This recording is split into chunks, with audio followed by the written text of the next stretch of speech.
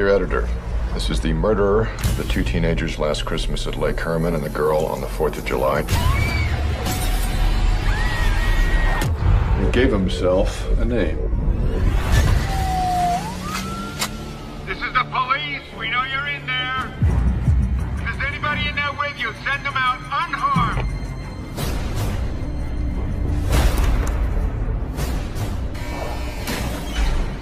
Hey, Red. I got a visitor for you. Hi, Eddie.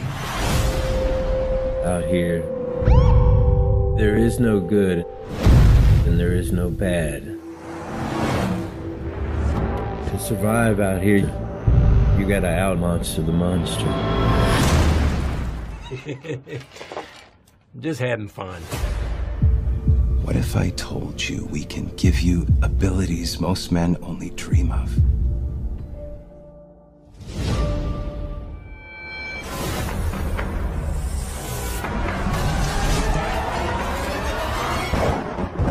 I hear your breath.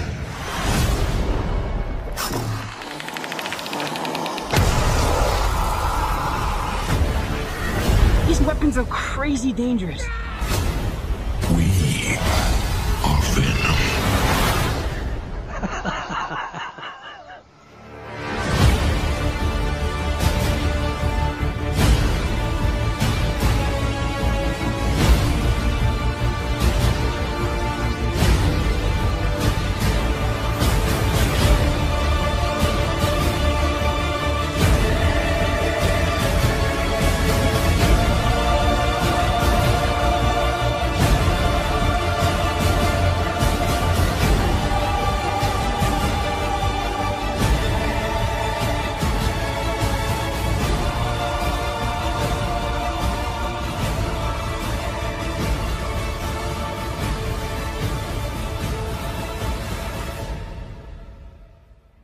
जाने कैसे fan के idea से जन्म हुआ इस एंटी हीरो कैरेक्टर का और क्यों मार्वल की इस फ्रेंचाइजी को नहीं माना जाता बच्चों के देखने योग्य। इतनी मारकाट दिखने के बावजूद कैसे आर रेटिंग पाने से बच गई फिल्म और फिल्म को लेकर उठ रही अफवाहों में कितना सच है, क्या हाथ था चाइना का इस फिल्म की सफलता में।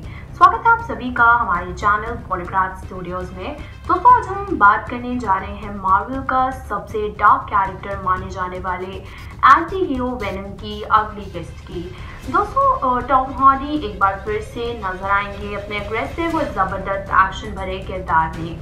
वेनम 2 में हार्डी स्पाइडर मैन विलन का किरदार निभाते नजर आएंगे। दोस्तों उनका ये किरदार अपनी नटखट हरकतों के लिए भी जाना जाता है।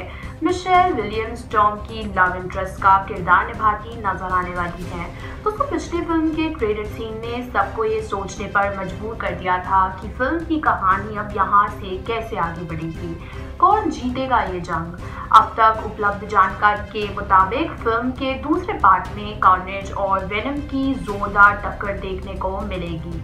जी हाँ दोस्तों, हालांकि दोनों में कौन ये लड़ाई जीतेगा ये तो फिल्म देखने के बाद ही चल पाएगा पता, और यही फिल्म का असली सस्पेंस भी होगा।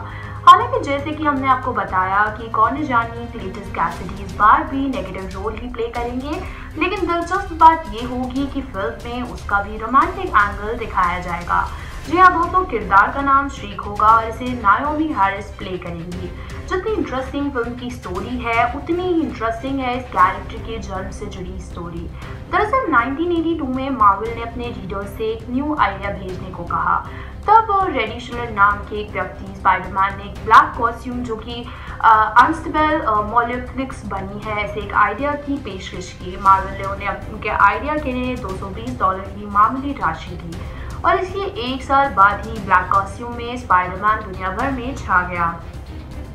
दोस्तों और ऐसे हुआ इस किरदार का जन्म। हालांकि इसमें इसके बाद भी काफ़ी बदलाव किए गए। मसलन इसमें रोजर स्टोन ने सिम्बायोटी यानी सहजीवी और होस्ट के बीच एक ऐसा संबंध दिखाया है जिससे इन दोनों का एक दूसरे से फायदा होता है, लेकिन फिल्म में कई मौकों पर ऐसा लगने लगता है कि वेनम अपने होस्ट पर हावी हो रहा है, जैसे ये किसी पैरासाइट यानी परजीवी जैसा व्यवहार करता है। अपने रिलीज के दूसरे ही हफ्ते में फिल्म ने $400 मिलियन से भी ज्यादा का व्यवहार किया था और आपको बता दें कि इसकी सफलता के पीछे एक बहुत बड़ा हाथ रहा है चीन का। 100 मिलियन के बजट में बनी इस मूवी ने अपनी कमाई का एक बहुत बड़ा हिस्सा चाइना से ही कमाया था। जैसा कि हम जानते हैं कि चीन जनसंख्या के मामले में सबसे आगे है, लेकिन इसका संख्या बल इस फिल्म के बड़े काम आया और इसे एक सुपरहिट फिल्म बना दिया। जी हाँ दोस्तों, फिल्म की सफलता का अंदाजा आप इस बात से लगा सकते हैं कि क्रिटिक्स के मिले जुले रिव्यूज के बाद भी इस फिल्म ने किसी भी लाइव एक्शन स्पाइडरमैन मूवी से ज़्यादा की कमाई की है। दोस्तों, फिल्म से जुड़ी एक और ख़ास बात है जिसने सबको ताज्जुब में डाल दिया था, और वो ये है कि इस फिल्म में जिस तरह के दृश्य दिखाए गए हैं वे इतने ज़्यादा हिंसक हैं कि कई माँ बाप अपने बच्चों को इस फिल्म को देखने से हिचकिचाते हैं। तो ऐसे में आखिर फिल्म को आर रेटिंग कैसे नहीं दी गई है, इसकी आगामी किस्त के बारे में भी चर्चा की है, और ये भी आर रेटेड नहीं होगी, जबकि इसके टाइटल यानी लेट डेड दी गार्निश में ये गार्निश शब्द है जिसका शाब्दिक अर्थ है नरसंहार। तो दरअसल इसके पीछे का क्या राज है, ये इस फिल्म में कभी भी किसी हथियार को पर्दे पर नहीं दिखाया गया है। दोस्तों, मेकर्स ये सुनिश्चित करते हैं कि अगर ये किरदार किसी को मारता भी है तो उसे इस तरीके से दिखाया जाएगा कि उन्हें खून या चाकू जैसा कोई हथियार स्क्रीन पर नहीं दिखाना पड़े। जी हाँ दोस्तों, वहीं इसके डायरेक्टर ने ये कहा कि फैंस की उम्मीदों को हवा दे दी है कि फिल्म में स्पाइडरमैन और वेनम की टक्कर देखने को मिल सकती है। उन्होंने कहा ये होना ही है, इसे टाला नहीं जा सकता। इसी के साथ इन खबरों में भी जोर पकड़ दिया है कि शायद टॉम हॉलैंड भी इस फिल्म में नजर आ सकते हैं, लेकिन इसी के साथ अफवाहों का दौर भी शुरू हो चुका है। ऐसा सुनने में आ रहा है कि लंबे समय से चल रहे सोनी पिक्चर्स और मार्वल के बीच का विवाद अभी भी जारी है। फिल्म में स्पाइडरमैन और वेनम के क्रॉसओवर को लेकर सोनी पिक्चर्स ने तो हामी भर दी है, लेकिन ऐसा माना जा रहा है कि मार्वल इसके लिए तैयार नहीं है। ऐसे में विवाद आगे चलकर और गहराता हुआ दिखाई दे सकता है। और फिल्म के पहले भाग को निर्देशित किया था रुबेन ने, और लेकिन अब इस नए भाग में उनकी जगह एंडी सैरिक्स ने ले ली है, और जिन्होंने प्लैनेट ऑफ द एप्स जैसी फिल्मों में उनके काम के लिए जाने जाते हैं। टॉम हार्डी ने फिल्म वेनम 2 का ताज़ा टीजर रिलीज कर दिया है और इस टीजर का कई लोग देख चुके हैं।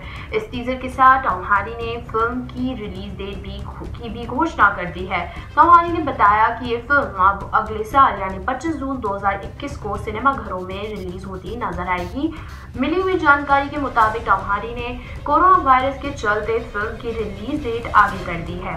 आशा करते हैं दोस्तों आपको ये वीडियो पसंद आया होगा, और अगर आया है तो इसको लाइक करिएगा, शेयर करिएगा और हमारे चैनल को सब्सक्राइब करना ना भूलिएगा। और ये भी बताइएगा कि अगली वीडियोस में आप कौन सी बॉलीवुड न्यूज़ या अपडेट के बारे में जानना चाहते हैं।